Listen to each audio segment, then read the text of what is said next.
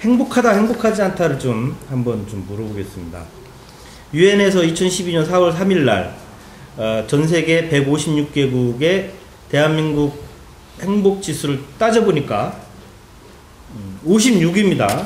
56인데 그러면 청소년의 그 행복 지수를 이제 두 가지로 지금 나눠서 물어봤는데 경제적인 풍족도, 그러니까 경제적으로 괜찮냐를 물어보는 그 경제적인 풍족도를 측정한 거는 물질적 행복 지수라고 했고, 그 다음에 스스로 행복하냐 안 행복하냐를 물어본 게 주관적 행복 지수인데, 주관적 행복 지수가 OECD 즉 경제협력개발기구 중에 우리나라가 1위다.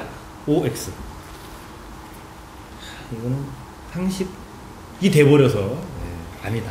그럼 몇 위 정도 될 것 같아요? OECD 국가 여기서 그러니까 여기서 이제 나라가 좀 다르게 이제 됐는데, 주관적 행복도는 23개국을 대상으로 했고, 물질적 행복도는 18개국을 대상으로 했는데, 지금 물어본 건 23개국을 대상으로 한 주관적 행복도. 저희 나라가 꼴등에 가까운 걸로 알고 있어요. 꼴등에 가까운 걸로 알고 있다. 네. 그럼 23개국 중에 네, 좀 기사에서 한번 본 것 같은데 한 22 정도? 아무래도 15에서 22. 15에서 22. 네. 아, 이과라 좀 넉넉하게 잡고. 네. 네. 아, 이과 확 잡아야 되는데, 참. 거꾸로. 여기는. 18에서 20? 18에서 20. 그렇습니다. 이렇게, 사실은 20위 정도도 굉장히 좀 낮춘 건데, 그죠? 우리나라가 이것을,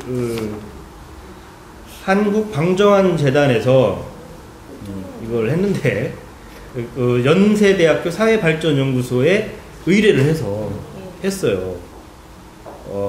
4년 연속 꼴찌입니다. 23개국 중에 24위예요. 23개국 중에 23위예요. 이 4년 연속 꼴찌를 했다고. 이렇게 이 자료 보고 제가 깜짝 놀랐습니다. 그래도 이렇게 한 23, 22 이렇게 왔다 갔다 했어야 되는데. 근데 왜 이렇게 행복 지수가 낮을까? 너무 그런 성공지향적인 경쟁으로만 몰고 가니까 학생들이 여유가 없는 거예요. 여유가 없다. 자기 어떤 취미나 특기를 살릴 수 있는 그런 기회는 전혀 없고, 뭐 취미나 특기조차도 이제 자기 어떤 입시에 쓸 스펙의 한 줄로만 이용되고 있는 사실. 불행한 거죠. 불행. 왜 이렇게, 그러니까 본인이 불행하다가 아니고 왜 한국 청소년들이 이렇게 불행하게 이렇게 지수가 나타날까? 한번 생각을 해볼게요. 아무래도 지금 경쟁사회잖아요. 경쟁사회 그러니까 어른들이, 우리 어른 부모님 세대가 느꼈던 그런 공부가 성공으로 직행된다는 그런 고정관념이 우리한테도 전이라서, 그게 엄마가 주로 그렇게 얘기하시나요? 아니요, 그건 아니에요. 저희 부모님은 안 그러십니다. 아, 네. 그렇구나. 저희 부모님은 안 그러세요. 부모님은 안 그러신데 다른 친구들 얘기를 종합보고요. 그런 것 같아요. 엄마가 앞에 계시니까 급 당황을 하는구만. 자, 여기 김도희 친구. 저도 학교 쪽. 학교. 아무래도 인문, 저는 이제 야자나 보충 이런 걸 안 하지만 보통 이제 학년이 올라갈수록 야자 시간이 길어져요. 솔직히 밤 11시면요. 씻고 집 들어가고 자면 12시 반이고요. 그렇지. 보통 애들은 고3 애들 이제 학원을 가면요. 보통 막 씻으면 애들 말로는 2시 정도래요. 그러면 이제 6시 반에 6시에 일어나서 통학하고 이래야 되는데, 그럼 애들 24시간 중에 자는 시간 빼고는 그냥 학교가 집인 거예요. 거기서 생활을 하고, 선생님들이 또 이제 위주로 주입식으로만 강요를 하니까 애들이 정작 놀 시간. 바로 그 문제가 이제 여기에 나와요. 연세대학교에서 지금 이제 이거를 했는데, 사회학과 염유식 교수가 이런 얘기를 했어요. 우리나라 어린이, 청소년들은 여느 국가보다 물질적으로는 풍족한 삶을 살고 있다고 생각하지만, 왜냐면 물질적으로는 몇 위가 됐냐면 4위를 했어요.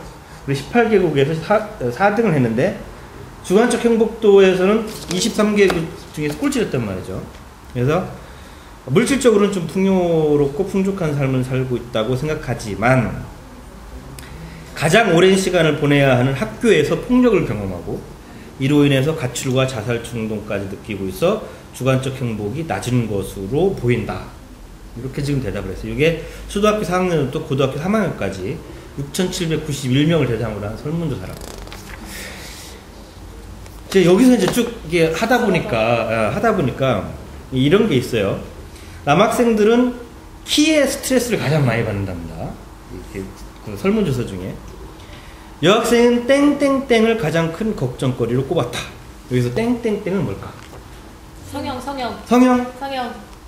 네. 생김새. 생김새? 성형, 외모. 이 둘이 외모라고 했고 네. 남학생의 입장에서 좀 잘 모를 수 있는데 저는 외모라고 생각하고 있었는데 외모. 아무래도 세 글자. 여자가 아니다 보니까 잘 모르겠네요. 네.